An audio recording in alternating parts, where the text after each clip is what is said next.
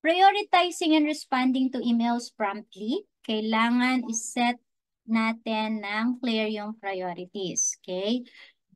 Bigyan natin ng prioridad yung mga email base sa urgency nila at sa kanilang importance. And then, pwede tayong gumamit ng mga flags or stars, okay, or labels to mark critical messages. Okay, I'll show you ano yung stars, flags. Ito yung mga flags, ito yung star. Bakit lumiit? Ayan, yan, lakihan ko. Okay, so you can put, ito, pwede mong markahan ng mga yan. Kaya mapansin mo yung sa akin, nakamarka sila ng flags at saka stars. Okay, that means I need to do that. Yung mga hindi nakamark, ibig sabihin hindi gaano mga importante yan. Ayan. So, all click up notification, may naka-flag, may naka-star. Okay? So, ibig sabihin yan, importante yan. Tapos, itong mga to, importante yan. Okay? So, yun yung mga stars and mga flags na tinatawag. Minsan, nung una sabi ko, ano kaya itong mga to? Ako hindi ko maintindihan. So, meron pala siyang silbi. Okay? And then, use templates and shortcuts, no? Gawa ka ng mga email templates para sa mga common responses to save time. Say, for example, if it's inquiry about prices, no? Halimbawa, yung may mga businesses dito, okay? And meron ano tawag nito? Client, you're looking for clients, no? And you have set of emails. Ayan. So, mag-create ka na ng email template for introducing your company or introducing your services. And then, create also templates for follow-up. Paano mo i-follow up yon? Paano mo siya bibigyan ng parang discounts, no? And then, the prices of your services, no? Gaya ni Ami, no? She's into broker siya. So, yung kanyang professional fee, no? How are you going to deal with it? Yung prices mo. Kasi kung minsan yung prices, it's basing on the services that you will offer. So, gawa ka na ng template and then konting adjustments na lang siya. Pag diba? You can all save that in your draft. And then,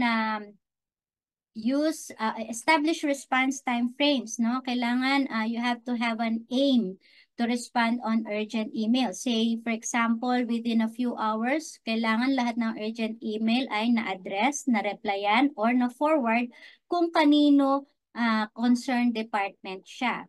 And set expectations for response times with colleagues and clients. There are companies that they have a team of email managers. So, kailangan malaman mo kung sino yung naka-assign sa mga iba't ibang issues, iba't ibang complaints, no? So, you have to know that.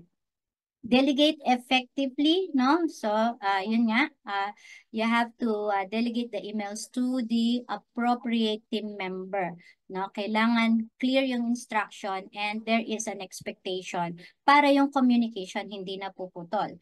Maintain regular communication. So, regularly communicate progress and updates through email responses. Kailangan meron kang follow up doon sa mga pending emails to ensure that the tasks are completed on time. Okay. Now, here I will show you an example of a workflow. Sample workflow from Asian Efficiency Triage. Ito yung kanilang ginagawa. Okay? So, kapag naka-receive sila ng email, flowchart to, no? Simple flowchart. So, once they receive an email, no? Pupunta yan dun sa tanong na, do I need to do something? Okay? Merong sagot yan. Yes, no, o babasahin mo lang. Okay? Kapag ang sagot ay yes, okay, it goes to, does it take longer than 2 minutes to process this email?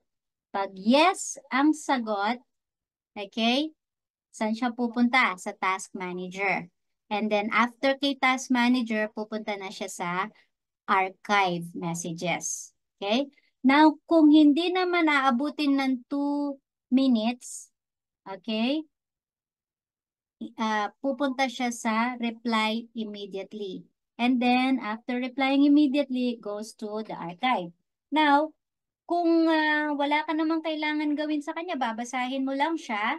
Ayan, papunta dyan. So, pwede mo siyang ilagay sa folder that says, read it later. And then after you read it, goes directly to archive messages.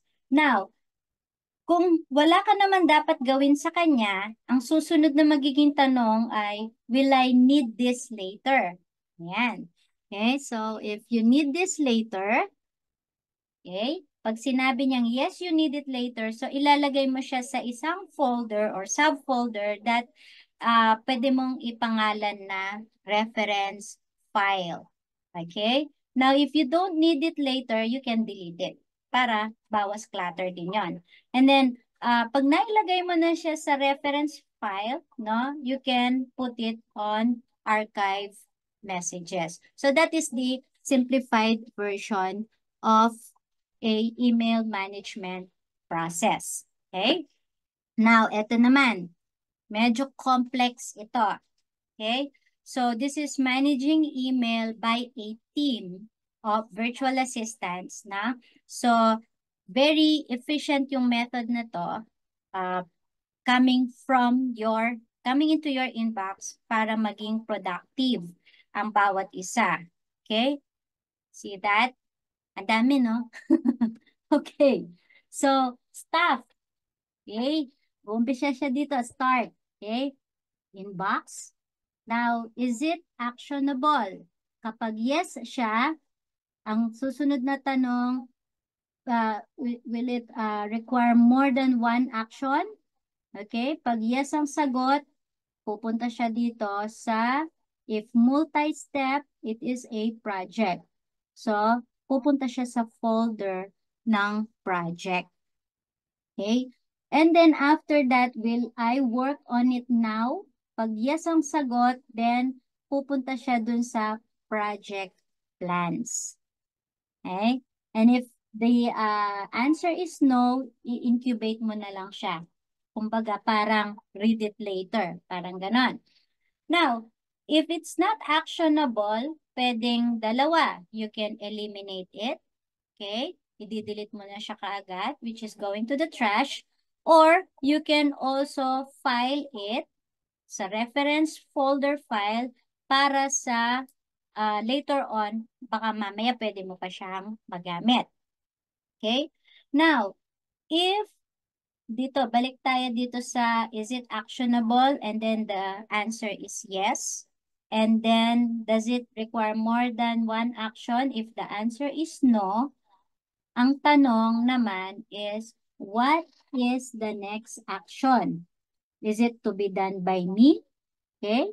Kapag ako ang gagawa, is this less than 2 minutes? Pag ang sagot ay yes, then kaagad-agad gagawin ko. So, that ends one email. So, natanggal mo na yung isang email. Kapag naman hindi siya less than 1 minute, i-defer mo siya and you will do it next. Kumbaga parang ilalagay mo siya sa folder ng follow-up, ika-calendar mo siya, no? On a specific day and on a specific time, and then ilalagay mo na siya sa next action to do list. So, ito medyo complex siya, pero once na ginagawa mo na siya almost every day, then it will be easier on your part.